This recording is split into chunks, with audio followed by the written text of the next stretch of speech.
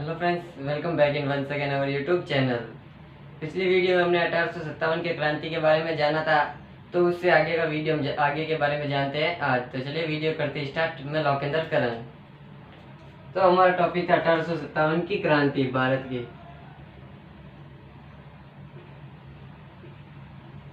1857 की क्रांति, तो ये था हमारा टॉपिक, भारत के 1857 की क्रांति। तो सबसे पहले हमने कल क्या क्या पढ़ा, तो वो हम एक बार वापस रिवीजन मान लेते हैं। यानी 1857 की के सबसे पहले हम जानते हैं कारण, कि क्या क्या कारण थे कि 1857 की क्रांति हुई। तो सबसे पहले देखते हैं हम सामाजिक कारण, हमने कल देख लिया था। आज थोड़ा सा वापस जान लेते हैं कि समाज नाराज क्यों था। समाज नाराज इसलिए था क्योंकि समाज में अंग्रेज क्या करते थे, काले गोरे का भेदभाव किया जाता था।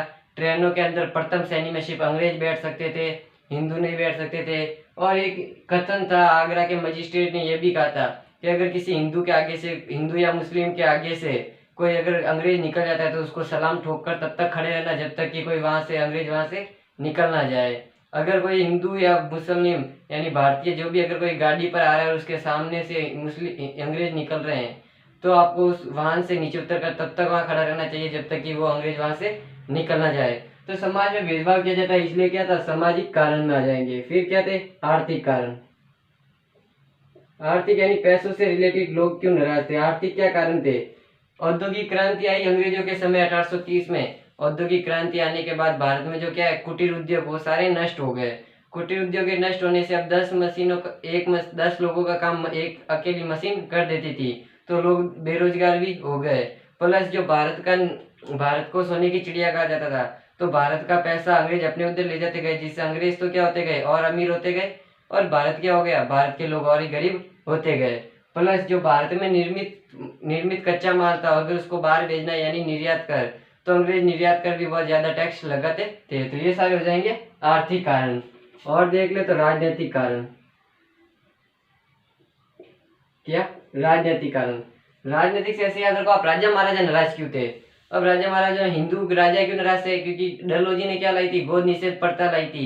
गोद निषेध की अगर आपके पुत्र नहीं है तो आपकी तरह की आपका साम्राज्य सीमित रहेगा, आपके मरने के बाद वो सारा साम्राज्य ब्रिटिश साम्राज्य के अंतर्गत सम्मिलित हो जाएगा। इसलिए राजा महाराजा जी भी नाराज थे, उनको क्या है, गोद लेने नहीं दिया जा रहा था। प्लस जमींदार क्यों नाराज थे, जमींदारों से जमींदारों की भूमि छीन ली अंग्रेजों ने, इसलिए जमींदार भी नाराज थे। उधर मुस्लिम नाराज क्यों थे, तो उस समय दिल्ली का राजा कौन था, बहादुर शाह जफर। अंग्रेज क्या उस बहादुर शाह जफर को राजा मानते ही नहीं थे। तू कौन सा राजा, तू तो साइड में बैठा रहे। अंग्रेज ऐसे ही कहते रहते थे कि तुम क्या ऐसे बैठे रहो, खाओ पियो, अपने महल में ऐद करो, तुम अब हो जितने हो उतने ही रहो। तो उसके प्रति कोई सम्मानजनक व्यवहार नहीं करते थे अंग्रेज राजा के प्रति, बहादुर शाह जफर के प्रति। इसलिए मुस्लिम लोग भी क्या हो गए थे, नाराज हो गए थे। हम देख ले फिर आगे, तो धार्मिक कारण। धर्म से रिलेटेड क्या था, राजनीतिक कारण में अभी 1833 का चार्टर एक्ट भी याद रख सकते हो। चार्टर एक्ट के अंतर्गत बताया था या सैनिक पद हो या असैनिक, यानी कोई भी सार्वजनिक सरकारी पद हो, उस पर बिना किसी भेदभाव के नियुक्ति की जाएगी। लेकिन अंग्रेज ऐसा नहीं करते थे। क्यों, क्योंकि अंग्रेज अपने उच्च पदों पर सिर्फ अंग्रेज को बैठाते थे और नीचे पदों पर भारतीयों को देते थे। आर्थिक धार्मिक कारण, अंग्रेज क्या है, ज्यादा से ज्यादा भारत में ईसाई धर्म का प्रचार करना चाहते थे। वो कहते थे आप ईसाई बन जाइए, हम आपको बहुत ही ज्यादा फैसिलिटीज देंगे, सुविधाएं देंगे। इसलिए हिंदू और मुस्लिम क्या है, लोग नाराज हो गए कि ये हमारा क्या है, धर्म परिवर्तन कराने पर तुले है अंग्रेज। और एक कथन भी कहा जाता है इसमें कि जो हाउस ऑफ कॉमन्स में एक प्रधान था मैग्नीज नाम का, उसने कहा गॉड ने हमें ये हिंदुस्तान इसलिए दिया है ताकि हम अपने ईसाई धर्म का प्रचार कर सके एक कोने से दूसरे कोने तक हिंदुस्तान में। तो ये हो जाएंगे धार्मिक कारण। और देख ले तो क्या थे, सैनिक कारण। क्या हो जाएंगे, सैनिक कारण। अब सैनिक नाराज क्यों थे, तो सैनिक नाराज इसलिए थे, जो सैनिक भी अगर अंग्रेज जो सैनिकों में भी क्या किया जाता था, भेदभाव किया जाता था। जो कार्य हिंदू सैनिक करता था वही कार्य अंग्रेज सैनिक करता था। दोनों समान कार्य थे लेकिन वेतन अलग अलग दिया था। भारतीय सैनिकों को सिर्फ 8 और 9 रुपए दिए जाते थे, बल्कि अंग्रेज सैनिकों को 60 और 70 रुपए दिए जाते थे। प्लस जो सैनिकों के ऊपर डाक सुविधाएं थी, का आप अपना संदेश फ्री में भेज सकते थे। तो 1854 का डाक अधिनियम लाकर अंग्रेजों ने भी ये भी व्यवस्था समाप्त कर दी, अब आप फ्री में ये सहायता भी नहीं पा सकते। तो सैनिक नाराज हो गए, भाई हमारे ऊपर तो ये एक ही फ्री में था कि हम अपना संदेश भेज सकते हैं, अब ये भी समाप्त कर दिया था अंग्रेजों ने। तो ये सारे हो जाएंगे क्या, सैनिक कारण। अब फिर हम देखते हैं तात्कालिक कारण। फिर हमने क्या देखा था कल? तात्कालिक कारण। तात्कालिक कारण, तात्कालिक कारण मैंने आपको बताया था कि जो पुरानी बंदूक थी ब्राउन बेस की जगह एनफील्ड राइफल बंदूक लाई थी अंग्रेजों ने। एनफील्ड राइफल के ऊपर कारतूस के ऊपर क्या है, गाय और सुअर की चर्बी लगी होती थी। गाय हिंदुओं के लिए पवित्र होती है और सुअर मुसलमानों के लिए अपमानित होता है। इसलिए इस कारण क्या हो गया, लोगों ने इस बंदूक का प्रयोग करने से मना कर दिया और लोगों ने क्या कर दिया, सैनिकों ने विद्रोह कर दिए। अब जगह जगह पर विद्रोह हुए थे। फिर तो हमने वो भी बात की थी, फिर हमने स्वरूप देखा कि इसका क्रांति का स्वरूप कैसा था, यानी इसकी रूपरेखा क्या थी। स्वरूप या रूपरेखा देखी थी हमने। रूपरेखा कहते हैं का ये रूपरेखा में क्या देखा हमने कि बाजीराव के पुत्र थे। कौन? बाजीराव के दत्तक पुत्र यानी गोद लिए हुए पुत्र कौन थे? नाना साहब थे। फिर नाना साहब का भाई था बाला साहब और एक वकील था साथ में अजीमुल्ला। ये तीनों मिलकर क्या करते हैं, तैयार करते हैं इसकी रूपरेखा। नाना साहब नाना साहब का भाई बाला साहब और एक वकील होता है अजीमुल्ला। इन तीनों ने मिलकर डिसाइड किया था क्या, अजीमुल्ला, कि 31 मई के दिन भारत में क्या करेंगे, 18 एक साथ क्रांति करेंगे, अंग्रेजों को बाहर निकालने के प्रयास करेंगे। क्यों? ये सब भी जानते थे कि इतने सारे कारण तैयार है, लोग समाज भी हमारा साथ देगा। जो आर्थिक कारण थे, राजा महाराजा भी हमारा साथ देंगे, धार्मिक में भी सैनिक भी हमारा साथ देंगे, जमींदार किसान सब साथ देंगे। तो इन्होंने कहा था 31 मई 1857 को क्या है, हम सब एक साथ क्रांति करेंगे। अब क्रांति करेंगे तो उसका क्या चिन्ह रखा गया, तो लाल कमल और एक चपाती। कहा कि ये दो ले जाइए, कि लाल कमल और चपाती सबके घर घर जाकर ले जाकर दीजिए और कहेंगे क्या कि 21 मई के दिन जो भी अंग्रेज मिले उसको मार दो, उसको सल्टा दो, उसका काम खत्म कर दो, अंग्रेजों को भारत से बाहर निकालो। तो 31 मई के दिन ये घटना घटित हो जाएगी, लेकिन उससे पहले कुछ ऐसे कारण कुछ काम हो जाते हैं कि यह क्रांति क्या है 10 मई के दिन स्टार्ट हो जाती है। फिर क्या हुआ था, हमने देखा था क्या, 29 अप्रैल के दिन 29 अप्रैल के दिन कहाँ, बैरकपुर छावनी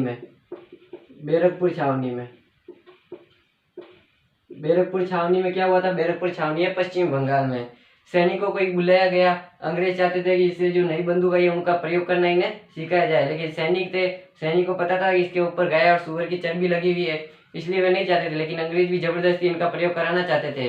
तो एक बैरकपुर छावनी में सैनिकों को इकट्ठा किए कुछ कि आओ तुम्हें बंदूक चलाना सिखाते हैं। फिर उधर एक सैनिक को बुलाया गया, भाई सैनिक आप, जैसे उसका नाम था मंगल पांडे। उसका क्या नाम था, मंगल पांडे को बुलाया गया उन सैनिकों में से कि मंगल पांडे आओ तुम्हें हम ये बंदूक चलाना सिखाते हैं। मंगल पांडे जी ठहरे, अब क्या ब्राह्मण, और ब्राह्मण के लिए तो गाय और मांस एक सबसे गंदा माना जाता है, ये तो हाथ भी नहीं लगाते हैं। तो मंगल पांडे को बुलाया गया। वो था कौन बुलाने वाला था, रॉबर्ट बाग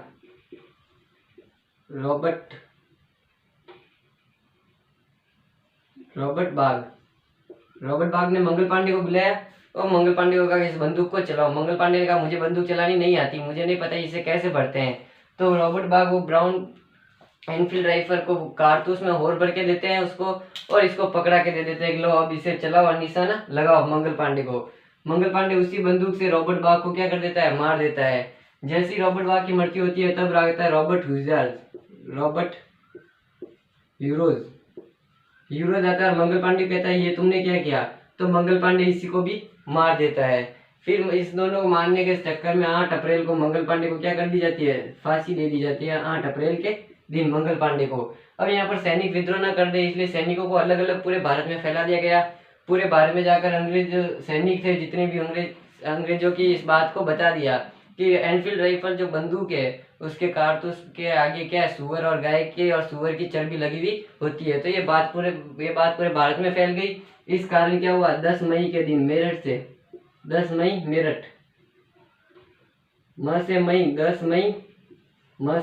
के दिन 1857 को क्रांति फैल गई।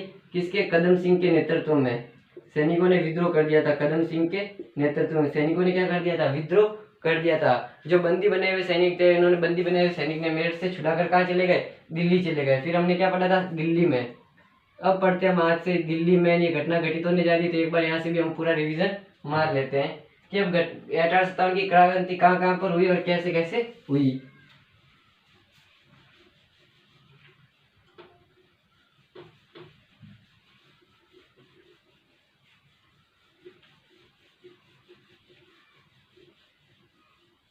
अब बात करते हैं हम दिल्ली की। बात हमने कल कर दी थी, लेकिन एक बार आज फिर से हम रिवीजन मार देते हैं। तो दिल्ली 10 मई के दिन अंग्रेज क्या 10 मई के दिन हमारे मेरठ में क्रांति प्रारंभ हो गई। 10 मई को ये अंग्रेज वहां से मुक्त 10 मई के दिन जो भारतीय सैनिकों ने विद्रोह किया था वे 12 मई के दिन कहाँ पहुंच गए, दिल्ली में पहुंच गए। 12 मई के दिन 12 मई के दिल्ली में पहुंचे और दिल्ली को क्या बताया, दिल्ली का जो राजा था बहादुर शाह जफर, उसको कहा हमारा नेतृत्व करो। बहादुर शाह जफर ठहरे वृद्ध व्यक्ति होने के कारण इन्होंने कहा मैं आपकी क्या ज्यादा सहायता कर सकता हूँ। लेकिन इनका जो सेनापति था वो था बख्त खां। कौन था? बख्त खां। बख्त खां ने आप कहा बहादुर शाह जफर से कि आप इनका नेतृत्व कर लीजिए, इनका संभाल मैं लूंगा। यानी वास्तविक नेतृत्व अगर आपसे पूछ ले किसने किया, तो बख्त खान ने 1857 की क्रांति का दिल्ली में वास्तविक नेतृत्व किया था। अगर नेतृत्व पूछ ले तो बहादुर शाह जफर ने इनका नेतृत्व किया था। फिर 5 ही दिन बाद 17 मई को 5 ही दिन बाद अंग्रेज वापस से दिल्ली पर अधिकार कर लेते हैं। बहादुर शाह को कहा रंगून भेज देते, रंगून जेल में भेज देते हैं इनका नेतृत्व करने के कारण। और रंगून में इनकी क्या हो जाती है, मृत्यु हो जाती है 1862 के दिन में बहादुर शाह की। अब देखते हैं उसी समय अवध में भी विद्रोह हो गया था। तो अवध में किसने किया था? तो अवध में किया था किसने? बेगम हजरत महल ने। बेगम हजरत महल कब किया? तो 4 जून के दिन बेगम हजरत महल ने क्या कर दिया था? विद्रोह कर दिया अवध में। इसने विद्रोह क्यों किया? क्योंकि ये अपने गोद लिए हुए पुत्र को क्या राजा बनाना चाहती थी और अंग्रेजों ने मना कर दिया था। डलहौजी के नीति के अंतर्गत के गोद लिए हुए बेटे को राजा नहीं बना सकते, गोद नीति के तहत इसने विद्रोह किया। तो इधर इसका साथ किसानों ने भी इसका साथ दिया, बेगम हजरत महल का। सैनिकों ने भी इसका क्या दिया? साथ दिया।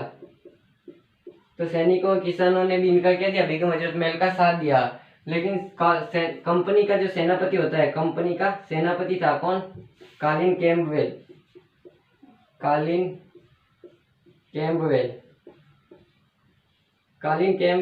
अपनी सेना के साथ आता है। किसकी सहायता के साथ? गोरखा रेजिमेंट की सहायता के साथ। गोरखा रेजिमेंट तो गोरखा रेजिमेंट की सहायता से क्या है, अवध पर पुनः अधिकार कर लेता है। बेगम हजरत महल यहाँ से भाग जाती है। तो ये था अवध का विद्रोह। अब हम बात करते हैं कानपुर की। तो कानपुर में क्या था, तो वो देखते हैं। कानपुर का मैंने आपको बताया था कौन था? नाना साहब। तो कानपुर में विद्रोह किया था नाना साहब ने। नाना साहब कौन थे? तो बाजीराव के दत्तक पुत्र थे नाना साहब। नाना साहब ने किसकी सहायता से? तो तात्या तोपे की सहायता से। तात्या तोपे की सहायता से क्या किया? यहाँ पर विद्रोह कर दिया। कानपुर को क्या अंग्रेजों से मुक्त करा दिया था नाना साहब ने। लेकिन अंग्रेज आते कब किया? तो ये 4 जून को किया। इसी के आगे दिन 5 जून को 5 जून के दिन क्या कर दिया? कानपुर पर विद्रोह कर दिया। कानपुर को अंग्रेजों से छुड़ा लिया वापस। कंपनी का सेनापति आएगा कौन? Colin Campbell. ज्यादातर विद्रोह को यही दबाएगा, कॉलिन कैम्पबेल आता है। कैम्पबेल।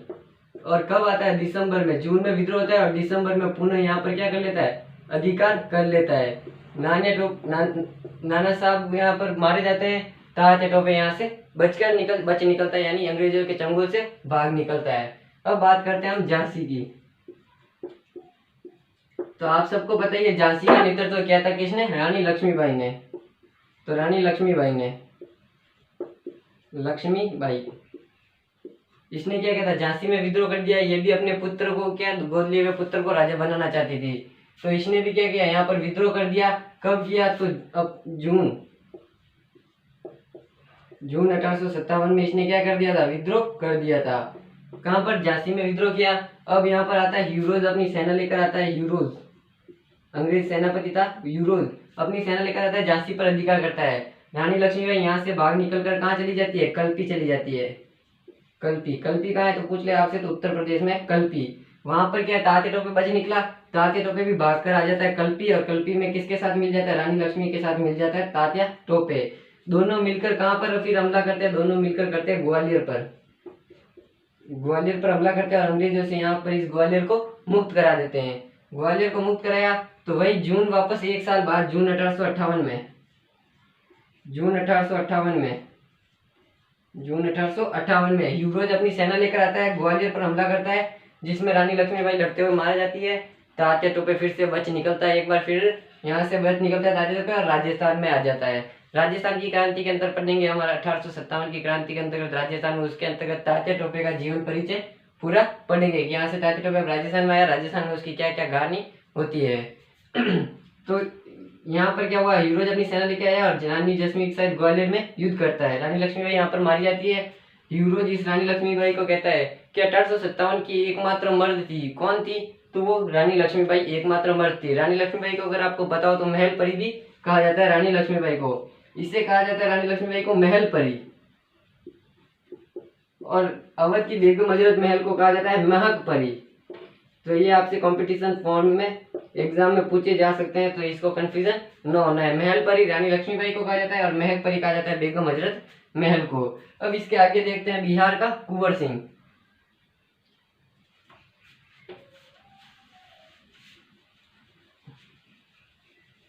अब क्या देखते हैं हम, बिहार का कुंवर सिंह। बिहार में किसने नेतृत्व किया था, तो बिहार का था कौन, कुंवर सिंह।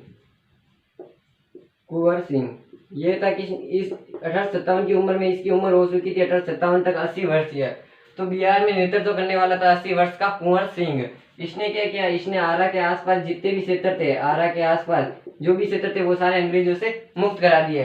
लेकिन अप्रैल 1858 में, एक ही साल बाद अप्रैल 1858 में अंग्रेजों ने पुनः इस पर क्या कर दिया, अधिकार कर दिया। और इधर कहा जाता है कि जब कुंवर सिंह अंग्रेजों के खिलाफ लड़ रहे थे तो इनका एक हाथ भी कट जाता है कुंवर सिंह का। अब बात कर ले, ये सारे हो गए नेतृत्व कहाँ का, किस किसने नेतृत्व किया। अब ये समाप्त हो जाता है जब वापस तात्या तोपे को पकड़ा जाता है, राजस्थान में पकड़ा जाता है। और कहाँ, शिवपुरी में 18 अप्रैल 1858 को कहाँ पकड़ा, शिवपुरी में। शिवपुरी में पकड़कर तात्या टोपे को क्या दी जाती है, फांसी दे दी जाती है। और इसी के साथ 1857 की क्रांति समाप्त हो जाती है। अब हम इसके आगे देखते हैं इसके क्या क्या परिणाम निकले। तो अगर आपसे पूछ ले प्रारंभ कब हुई, तो 8 अप्रैल को प्रारंभ होती है मंगल पांडे की मृत्यु फांसी के साथ। और इस खत्म कब हो जाएगी, तो 18 अप्रैल के दिन तात्या टोपे की फांसी के साथ ये क्या हो जाती है, समाप्त हो जाती है। तात्या टोपे 1859 है, सॉरी 2 वर्ष बाद ये क्या हो जाएगी, समाप्त हो जाएगी। तो 8 अप्रैल किसको प्रारंभ होती है, 8 अप्रैल के दिन 1857 को मंगल पांडे की फांसी के साथ। और खत्म कब होती है, तो 18 अप्रैल को 1859 किसके, तात्या टोपे की मृत्यु के साथ ये 1857 की क्रांति समाप्त हो जाती है। अब इसके आगे देखते हैं हम इसके क्या निकले, असफलता के कारण देखते हैं। सबसे पहले ये फेल कैसे हो गई, अंग्रेज क्यों नहीं निकल पाए, तो ये देखते हैं असफलता के कारण। सबसे पहले 1857 की क्या हमने कारण पढ़े, क्या क्या कारणों से ये हुआ। फिर हमने देखा इस क्रांति का नेतृत्व कहा किस किसने किया क्या। फिर हम देखते इसके असफलता होने के कारण, असफल होने के कारण। तो सबसे पहला असफल होने के कारण आप भी बता सकते हैं, समय से पूर्व होना। समय से पूर्व का होना इस क्रांति का। जो 31 मई के दिन क्रांति होनी थी वह 10 मई के दिन ही हो गई। 31 मई को होती तो सभी भारतीय मिलकर एक साथ अंग्रेजों को बाहर निकालते, तो थोड़ा अंग्रेज भी क्या है डर के मारे निकल भी जाते हैं। लेकिन अलग अलग समय में हुई, अलग अलग टाइम पर हुई, तो अंग्रेजों को मौका मिल गया, इधर दबाने के बाद उधर दबा दिया, उधर दबाने के बाद उधर दबा देते थे ये क्रांति को। और पूछ ले इसके असफल होने के कारण, तो एक कुशल नेतृत्व नहीं था, अच्छा नेतृत्व न मिला 1857 की क्रांति को। अब नेतृत्व किसने किया, बाज बहादुर शाह जफर ने किया, तो वो तो ऑलरेडी वृद्ध व्यक्ति थे। अगर कोई जवान के करता तो शायद इसका निर्णय कुछ ही और ही होता। और पूछ ले इसके अंतर्गत क्या था, तो जो शिक्षित वर्ग की तटस्थता, जो पढ़ा लिखा वर्ग था, शिक्षित वर्ग की तटस्थता मतलब जो शिक्षित वर्ग वो तटस्थ था, वो ना तो अंग्रेजों की साइड था ना भारतीयों की साइड था। क्यों, शिक्षित वर्ग को पता था यहाँ पर कोई भी क्या है अपने भारत के लिए लड़ नहीं रहा है, अपने देश के लिए नहीं लड़ रहा है, सब अपने अपने हित के लिए लड़ रहे हैं।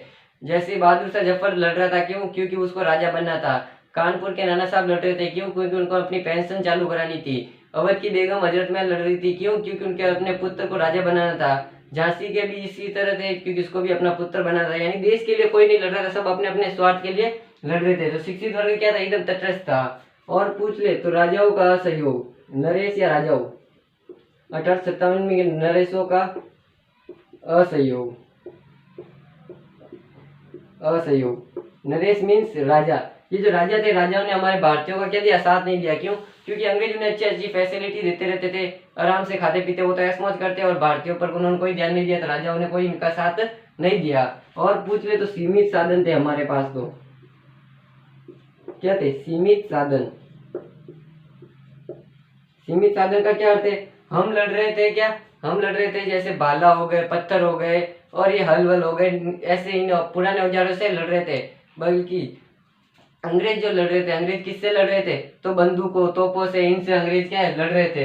तो हमारे पास सीमित साधन थे, साधन भी कम थे, उनके पास साधन भी अधिक था, तो ये भी एक असफल होने का क्या है, कारण हो सकता है। इतने सारे कारण हो गए क्या, असफल होने के कारण। अब इसके हम देखते हैं परिणाम क्या निकले 1857 की क्रांति के परिणाम। तो सबसे पहले कंपनी का अंत हो गया, यानी जिस कंपनी के कारण ये सब हुआ, उस कंपनी का ब्रिटिश की महारानी विक्टोरिया ने क्या कर दिया, इसका अंत कर दिया कि अब जो भी भारत में नियम बनेंगे वो ब्रिटिश से बनकर इधर आएंगे। और वायसराय के कंपनी का अंत कर दिया, और वायसराय को बदलकर गवर्नर था पहले, पहले गवर्नर को बदलकर क्या कर दिया, वायसराय कर दिया, वायसराय, वायसराय। और प्रथम वायसराय अगर आपसे पूछ ले कौन था, तो 1857 की क्रांति में जो गवर्नर था कैनिंग, वही प्रथम वायसराय बना। और पूछ ले इसका क्या चेंज किया, परिणाम में क्या निकला, तो सेना का पुनर्गठन किया। क्यों, सेना का पुनर्गठन, सेना का पुनर्गठन क्यों किया, क्योंकि अब 1857 की क्रांति के बाद अंग्रेज नहीं चाहते थे कि और भी ऐसी क्रांति हो जाए जिससे हमें पूर्णतः जाना पड़े। इस बार तो बच गए, अगली बार हो भी हम बचे ना बचे तो ऐसा कुछ ना हो, इसलिए सेना का पुनर्गठन किया गया। जो भी उच्च उच्च पद थे, तोप खाने के पद, वो सारे अंग्रेजों को दे दिए गए, उस पर भारतीयों को नहीं रखा गया। ये तो हो गया सेना का पुनर्गठन। और पूछ ले इसके परिणाम के अंतर्गत क्या किया, तो उन्हें पता चल गया फूट डालो राज करो, अंग्रेजों को पता चल गया फूट डालो राज करो की नीति का ज्यादा बढ़ावा मिला। फूट डालो राज करो, इस नीति को क्या मिला, बढ़ावा मिला। कि अंग्रेजों को पता है कि हम भारतीय तब तक हम भारत को तब तक आजाद नहीं करा सकते जब तक ये भारत के सभी लोग एक नहीं हो जाते, तो तब तक इसको अंग्रेजों को पता चल गया हम लोगों को भड़का देंगे, इसको भड़काएंगे, वो समझेगा, उसको भड़का देंगे, तब ये मान जाएगा। तो ऐसे फूट डालो राज करो की नीति को क्या हुआ, बढ़ावा मिला। और मान ले क्या आ जाएगा, तो अंग्रेज क्या थे, अंग्रेज जो फूट डालो राज करो प्लस ये हमारे जो स्वतंत्र संग्राम का भी, स्वतंत्रता संग्राम को भी क्या मिला, बढ़ावा मिला। स्वतंत्रता संग्राम को, स्वतंत्रता संग्राम को बढ़ावा मिला। अंग्रेज भारतीयों को पता चल गया जब तक हम एक साथ मिलकर भारतीय अंग्रेजों को बाहर नहीं निकालेंगे तब तक अंग्रेज भी बाहर नहीं जाएंगे। तो ये सारे हो जाएंगे इसके क्या परिणाम। फिर नरेशों के प्रति इन्होंने भी, एक राजाओं के प्रति भी अपनी नीतियां परिवर्तन की, क्योंकि अब कंपनी का अंत हो गया, कंपनी अपनी मनमानी चला नहीं रही थी, मनमर्जी। तो अब नरेशों के प्रति क्या, नरेशों के प्रति नीति परिवर्तन की, नरेशों की नीति परिवर्तन, यानी जो पहले राजाओं के प्रति जो नियम थे उनको बदल दिया गया। अब राजाओं को भी क्या, ये सारी किसके लिए हुई, राजा महाराजा क्यों कर रहे थे, क्योंकि वे गोद नहीं ले सकते, तो राजा महाराजा को और फैसिलिटी दी गई, उनको गोद लेने की भी परमिशन दे दी गई अंग्रेजों के द्वारा। ब्रिटिश क्षेत्र वहां से यूनाइटेड किंगडम के वहां से अंग्रेजों को भी क्या कर दिया गया, गोद लेने की प्रथा चालू कर दी गई। तो ये हो जाएंगे इनके सफल असफलता के कारण और इनके परिणाम। अब इनके कुछ देख लेते हैं, इनको किसने क्या क्या नाम दिए, फिर ये हमारा आज का टॉपिक समाप्त हो जाएगा। तो इसको क्या है, जेम्स आउट्रम, सबसे पहले देखते हैं हम जेम्स आउट्रम, किसने इसको क्या क्या कहा था हम वो देखते हैं। और डब्ल्यू टेलर ने इनको मात्र क्या बताया था, सैनिक विद्रोह, मुस्लिम विद्रोह बताया इसने। ये तो क्या है, हिंदुओं की आड़ में मुस्लिमों का विद्रोह हुआ है, यानी हिंदुओं को आगे रखकर मुस्लिमों ने अपना विद्रोह किया है। कौन था, क्यों का, क्योंकि बाज बहादुर शाह ने इसका नेतृत्व किया, तो उन्होंने कहा कहीं ना कहीं ये क्या है, मुस्लिम विद्रोह है। फिर जॉन लॉरेंस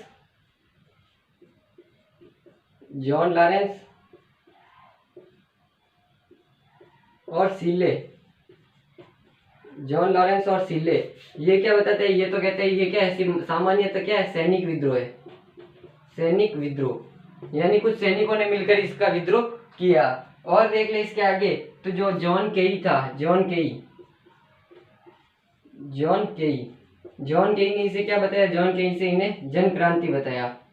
जन क्रांति यानी गोरे लोगों के विरुद्ध काले लोगों का क्या था, संघर्ष था, यानी हम भारतीयों का गोरे लोगों के विरुद्ध संघर्ष था। भारतीय प्रथम स्वतंत्र संग्राम किसने बताया था? तो वीडी सावरकर ने, वीडी सावरकर ने, सावरकर ने। तो इसे क्या बताया? इसे ये बताया था। Thank you for watching this video. Video अच्छी लगी हो तो लाइक करें, कमेंट करें, चैनल को सब्सक्राइब करना ना भूलें।